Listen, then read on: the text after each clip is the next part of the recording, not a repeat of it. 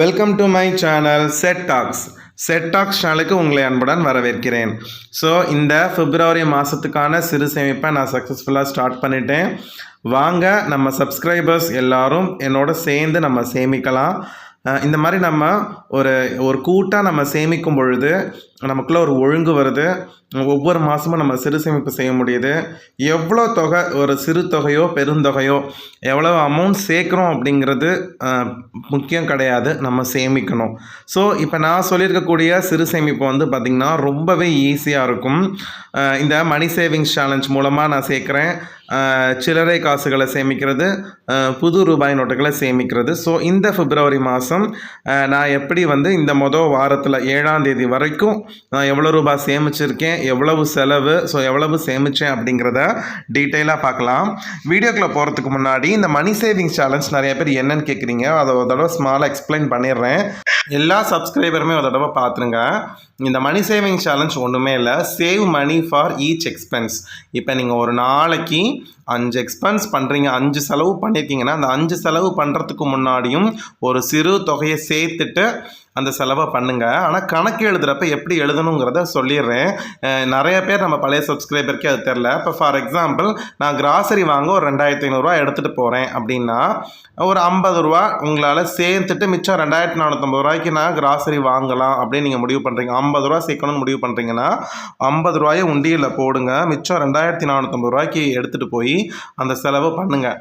ஆனால் கணக்கு எழுதுகிறப்ப என்ன செய்யணும், 2500 தான் நீங்கள் டைரியில் கணக்கு எழுதணும். ஏன்னா 50 ரூபாயை சேர்த்துட்டீங்க, அந்த செலவில் ஒரு பகுதியை சேர்த்துருக்கீங்க, அது செலவாக தான் கன்சிடர் பண்ணணும். நீங்கள் 50 ரூபாயை 2450 கணக்கு எழுதக்கூடாது. அப்படி எழுதினா மட்டும்தான் உங்களுக்கு என்ன செய்ய முடியும், மணி சேவிங் சேலஞ்சும் செய்ய முடியும். ஒருவேளை பட்ஜெட் பேக்கில் பாக்கி இருந்தாலும் எடுக்க முடியும்.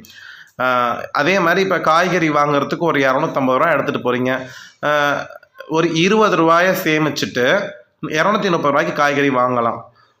சாரி, 240 போட்டிருக்கேன், 230 மன்னிச்சிருங்க.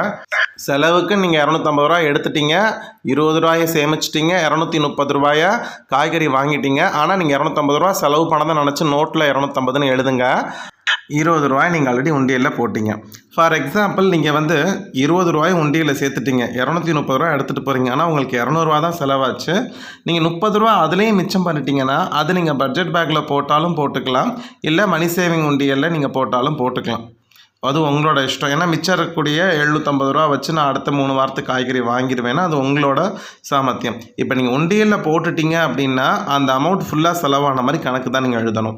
ஸோ இப்படி தான் நான் ஃபாலோ பண்ணிட்டு வரேன். அப்போ தான் நம்ம எகெயின் பேலன்ஸ் வைக்கக்கூடிய அமௌண்ட்டில் மிச்சம் பண்ணால் அந்த பட்ஜெட் பேக்லேருந்து மிச்சம் அமௌண்ட்டை எடுத்து மாத கடைசியில் போடலாம். அப்போ தான் உங்களுக்கு கரெக்டாக நீங்கள் போட்ட பட்ஜெட்டுக்கு கணக்கு வரும். ஸோ இந்த கால்குலேஷன் உங்களுக்கு புரியும் நம்புகிறேன்.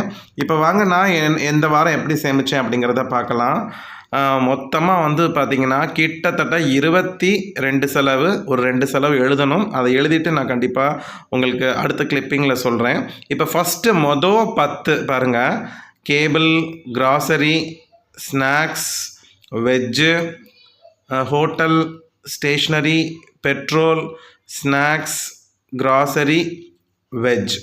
இந்த 10 செலவுக்கு பார்த்திங்கன்னா ஒரு செலவுக்கு 10 ரூபா கணக்கு வச்சு 100 ரூபாய் எடுத்து வச்சுருக்கேன். சரியா?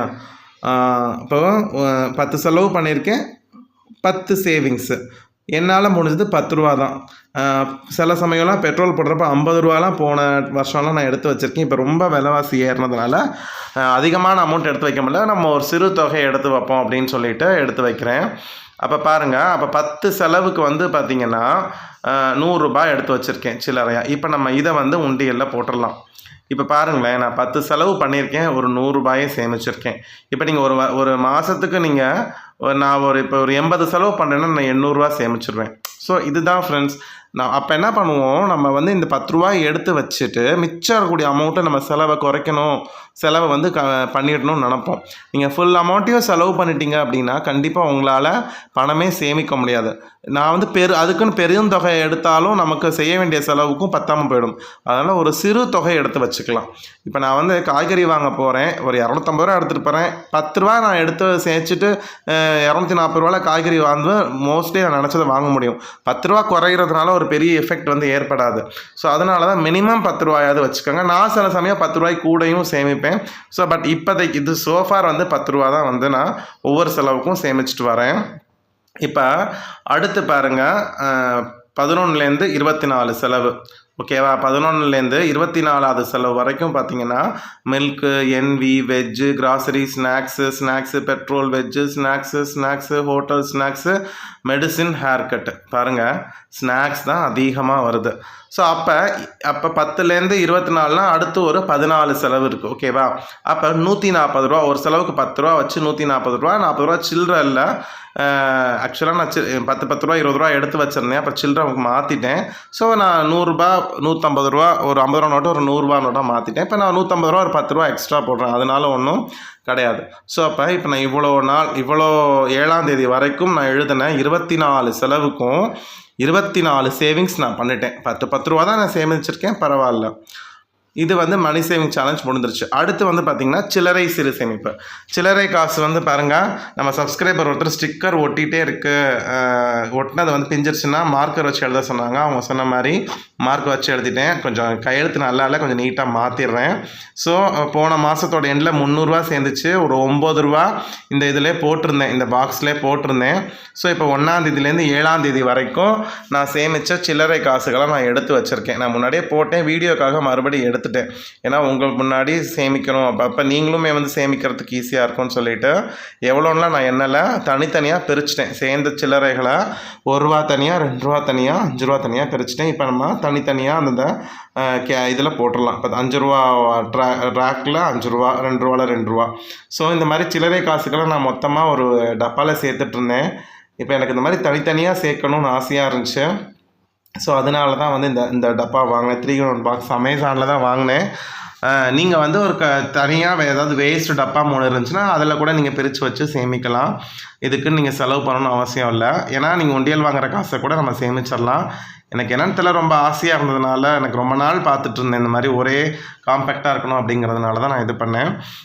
ஸோ அதனால் பாருங்கள், இப்போ சில்லறை காசுகள் சேமிப்பெல்லாம் வந்து பார்த்திங்கன்னா சின்னதாக ஆரம்பிக்கிற மாதிரி இருக்குது. மந்த் எண்டில் எப்படியும் 250 ரூபா, 280, 300 ரூபாயாவது வந்துடுது.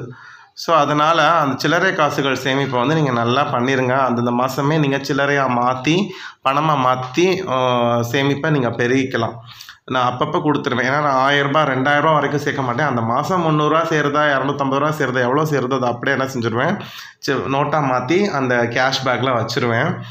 ஸோ இப்போ சில்லறை காசுகளும் இந்த வாரத்துக்கு நான் ஸ்டார்ட் பண்ணிட்டேன். ஸோ ரொம்பவே ஹாப்பியாக இருக்குது. ஸோ நீங்களும் சேமிப்பை ஸ்டார்ட் பண்ணிட்டீங்களா?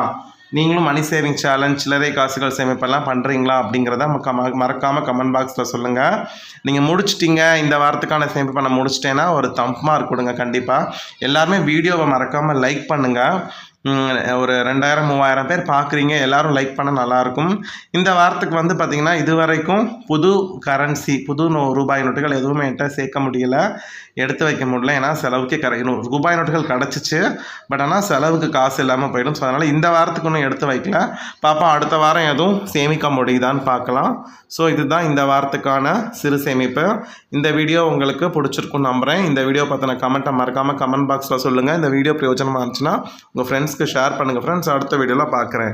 Bye friends.